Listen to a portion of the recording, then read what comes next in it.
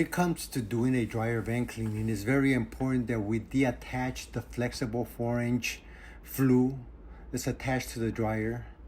We're definitely going to stick a brush inside the 4-inch galvanized metal where all the hot air from your dryer exits the dryer. Very important that we go up and down multiple times to make certain that that part of the flue is completely clean.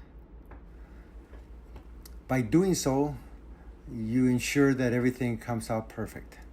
After cleaning, we reattach the 4-inch hose to the 4-inch galvanized dryer vent duct, and we're going up to the top, removing the cap off of the top and cleaning it from the opposite side.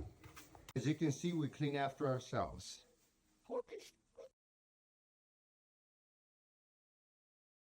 This has never, the cap has never been taken off.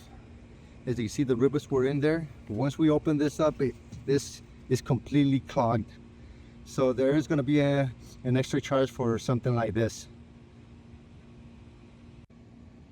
Okay, go ahead. It's the right way, right? Yep. Okay, pull it back out. Pull it back out. Yeah. Keep going, same running. Walk away, walk away, walk away, walk away. See all everything. Okay, hold on. Oh my God, look at all of this.